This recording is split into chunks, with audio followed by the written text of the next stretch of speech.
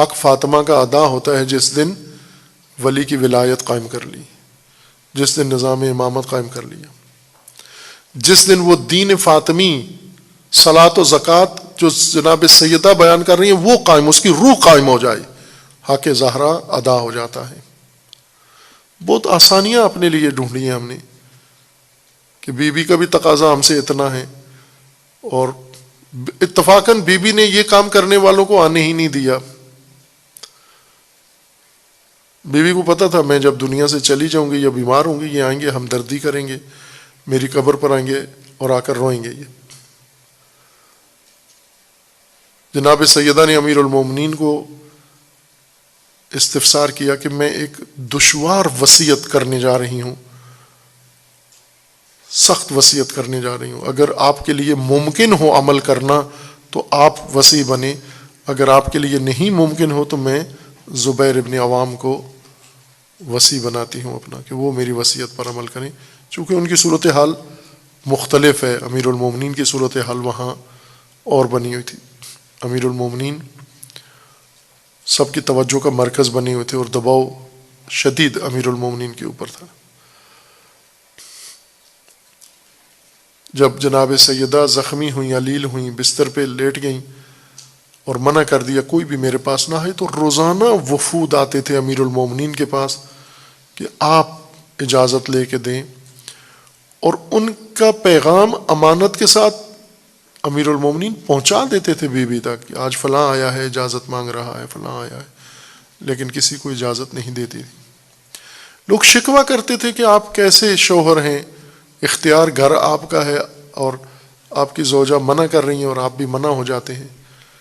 تو امیر المومنین فرماتے یہ حق فاطمہ کا ہے، وہ کس کو دیکھیں کس کو نہ دیکھیں، کون ان کے پاس آئے کون نہ آئے، یہ میں نہیں فیصلہ کر سکتا۔ اور بی بی نے فیصلہ کر لیا کہ کوئی نہ آئے۔ خوب اگر آتے تو بی بی کے ساتھ ہمدردی ہی کرتے نا، روتے آ کر۔ اگر بی بی کو رونا ہی چاہیے ہوتا تو کہتے علی در کھول دو، سب کو آنے دو، آ کر میری حالت دیکھیں، ان کو رحم آئے گا اور روئیں گے آ کر بیٹھ کر، مجھے تشفی ہو جائے گی۔ فرمایا نہ آنے دو ان کو، میں ان کے آنسو نہیں دیکھنا چاہتی۔ اور پھر فرمایا کہ علی جب میں دنیا سے چلی جاؤں تو مجھے خود غسل دینا، کسی کے سپرد نہیں کرنا، اور مجھے رات کو غسل دینا، مجھے رات کو کفن دینا، اور میرا جنازہ رات کو اٹھانا، تشییع رات کو کرنا، اور رات کی تاریکی میں مجھے دفن کر دینا، اور دفن کر کے میرے قبر کے نشان مٹا دینا۔ پھر پوچھا کہ کیا یہ ممکن ہے آپ کے لیے؟ امیر المومنین نے فرمایا جیسا آپ نے فرمایا ایسا ہی ہوگا۔ اور پھر وہ وقت آ گیا جب بی بی کا آخری وقت پہنچا۔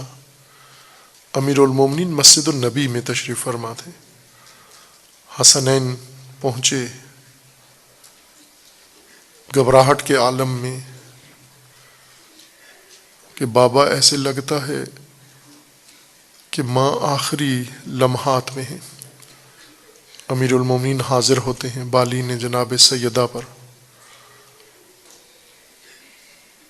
اور وہ مفصل منظر ہے کہ بی بی نے امیر المومنین کو وصیت کی بچوں کے بارے میں، اپنی بیٹیوں کے بارے میں،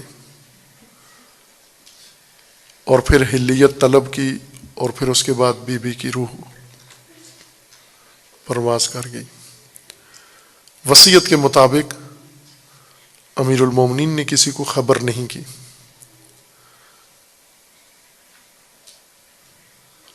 جناب اسما وہاں قریب موجود تھیں، ان سے مدد طلب کی غسل میں،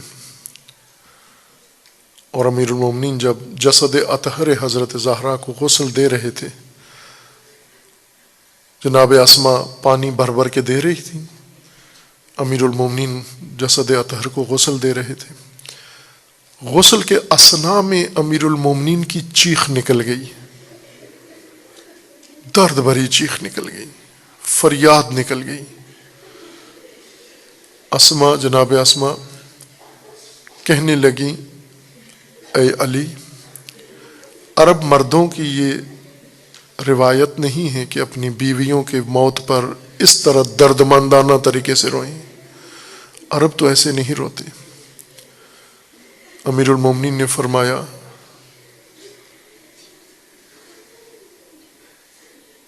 اے اماں جان، جو منظر میں دیکھ رہا ہوں وہ کوئی بھی دیکھ کے برداشت نہیں کر سکتا۔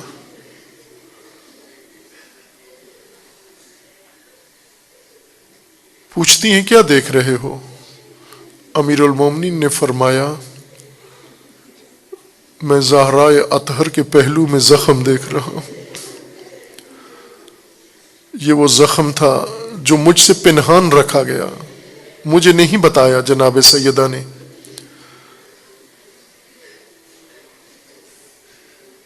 چونکہ جناب سیدہ نے فضہ کو وصیت کی ہوئی تھی کہ خبردار علی کو معلوم نہ ہونے پائے، اپنا درد علی کے دردوں میں اضافہ نہیں کرنا چاہتی تھی۔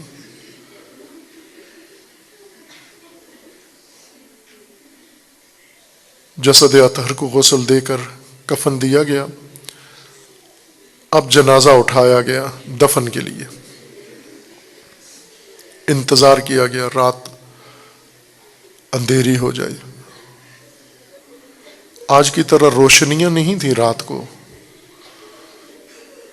گھروں کے اندر اکا دکا چراغ جو اول شب بجھ جایا کرتے تھے، گلیاں تاریک، مسجد النبی کے ارد گرد کا سارا ماحول تاریک۔ جب گپ اندھیرا ہو گیا، امیر المومنین نے بی بی کا جنازہ اٹھایا، اٹھا کر اندھیرے میں جب لے کے جا رہے تھے لحد کی طرف، امیر المومنین نے محسوس کیا کہ کوئی پیچھے آ رہا ہے، روک لیا جنازہ۔ امام حسن کو فرماتے ہیں بیٹا جو بھی آ رہا ہے جا کر اسے کہہ دے آپ کی مہربانی، میری ماں کی وصیت تھی میرے جنازے میں کوئی شریک نہ ہو۔ امام حسن جاتے ہیں اور واپس آتے ہیں۔ امیر المومنین پوچھتے ہیں بیٹا کون تھا؟ تو رو کر کہتے ہیں بابا چھوٹی بہن زینب چلی آ رہی، یتیمہ فاطمہ ننگے پاؤں ماں کے جنازے کے پیچھے پیچھے جا رہی۔ امیر المومنین نے فرمایا حسن بیٹا جلدی سے بہن کو گھر چھوڑ کے آ جاؤ۔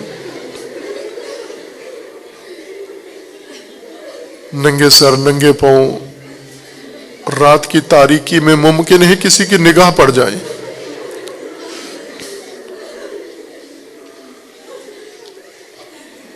اور پھر امیر المومنین لے جاتے ہیں، وصیت کے مطابق دفن کرتے ہیں۔